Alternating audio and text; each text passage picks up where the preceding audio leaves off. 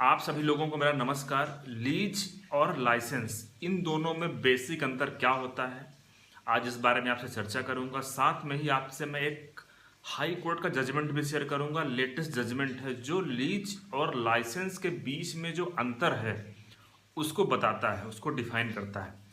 तो साथियों, कई बार होता है, हमने देखा है, जो मैं केस देखता हूं कि कई बार लोग क्या करते हैं, इंग्लिश में ड्राफ्टिंग कर देते हैं लीज और लाइसेंस की। और बेसिक गलती उनसे ये हो जाती है कि उनको पता नहीं होता है कि लीज कब कराना चाहिए और लाइसेंस कब कराना चाहिए।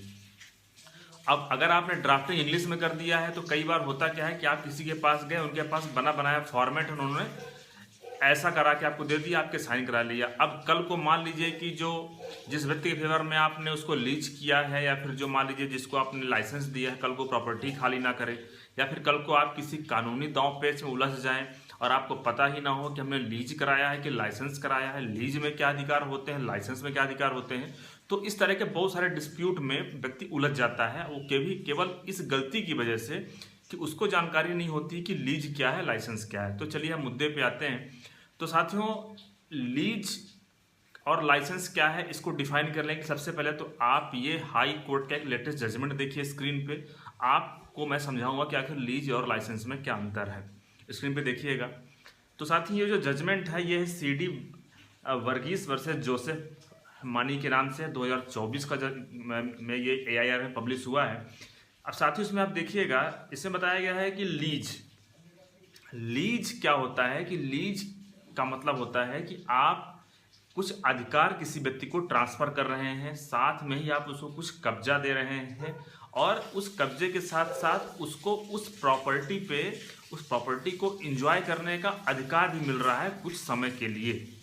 जबकि लाइसेंस के बारे में आप देखिए क्या बताया गया है कि लाइसेंस जो है, लाइसेंस एक प्रकार से आप किसी व्यक्ति को कुछ व्यवसाय करने के लिए उसको एक प्रकार से आप उसको परमिशन दे रहे हैं। तो इस प्रकार से बेसिक अंतर जो है कि लीज में आप उसको अधिकार ट्रांसफर कर रहे हैं उसको एंजॉय करने के लिए, लेकिन जो लाइसेंस है, लाइसेंस में आप उसको कोई पर्टिकुलर व्यवसाय करने के लिए आप उसको अनुमति दे रहे हैं।